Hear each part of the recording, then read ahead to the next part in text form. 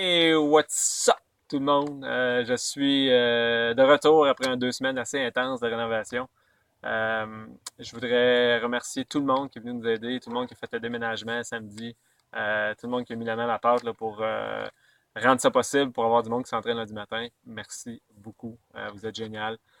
Je suis super content. J'espère que vous l'êtes aussi. On a une belle surface d'entraînement. Ça va être malade, là. Fait que, merci à tout le monde.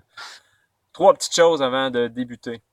Pour ce qui est des cancellations tardives, si vous faites une annulation de votre réservation en dedans de 3 heures avant le début du cours, vous avez une annulation tardive. Puis ça, ce que ça fait, c'est que ça utilise une de vos séances permises durant la semaine. Si vous arrivez à un imprévu, les enfants sont malades, whatever, dites-le nous, puis on va vous enlever cette cancellation tardive-là. Le but de ça, c'est que en dedans de 3 heures, ça ne laisse pas vraiment le temps à quelqu'un de prendre votre place. Donc, c'est pour ça que c'est compté dans vos séances. Mais s'il arrive de quoi, dites-nous-le. Au niveau des réservations, les cours du matin, vous avez jusqu'à 11 heures le soir pour réserver. Pour nous autres, la raison de ça, c'est que ça nous laisse planifier le lendemain. Qu'est-ce qui se passe? Si jamais vous voyez qu'il y a de la place, ça ne veut pas dire que vous n'avez pas le droit de venir. Au contraire, vous avez juste à nous écrire un courriel, puis on va vous insérer dans la classe. Faites juste nous dire j'aimerais ça être là demain matin, est-ce qu'il reste de la place? On va dire oui, venez-vous-en. C'est pas parce que les réservations sont terminées que vous ne pouvez pas venir. Pour les cours du soir, vous avez jusqu'à 90 minutes avant le début du cours pour faire une réservation. C'est la même chose. Si vous êtes en dedans de 90 minutes puis il reste de la place, contactez-nous par Facebook, par courriel, appelez-nous, puis on vous rentrez dans la classe, il n'y a pas de problème.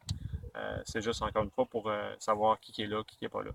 Fait que ça, c'est pour les réservations. L'autre chose pour les vacances, si vous prévoyez partir cet été 2 semaines, 3 semaines, 4 semaines, dites-nous-le, on va faire une pause sur votre abonnement pour pas que vous payiez dans le vide. On est conscient qu'on prend des vacances, puis on est à l'extérieur, puis il n'y a pas de raison qu'on paye pour un abonnement de gym, qu'on n'est pas là.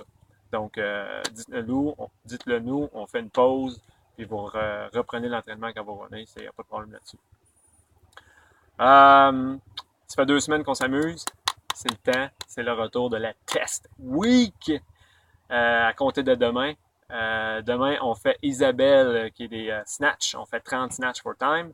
Ensuite de ça, on va avoir un autre petit WOD qui est 21 push-ups, 50 double under, 15 push-ups, 50 double under, 9 push-ups, 50 double under for time. Mardi, on a un chipper. On va avoir de la course, des wall balls, puis des clean thrusters, squat clean thruster. Ça. Mercredi, on va tester le back squat.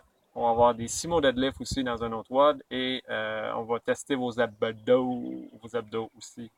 Mercredi.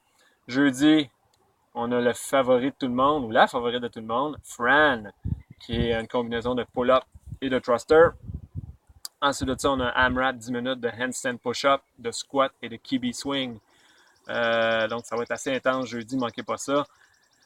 Vendredi, on teste le saut en hauteur, donc le max que vous pouvez sauter. On va partir d'une box. Puis si ça va bien, on rajoute une plate, jusqu'au maximum de hauteur que vous pouvez sauter. On va tester ça.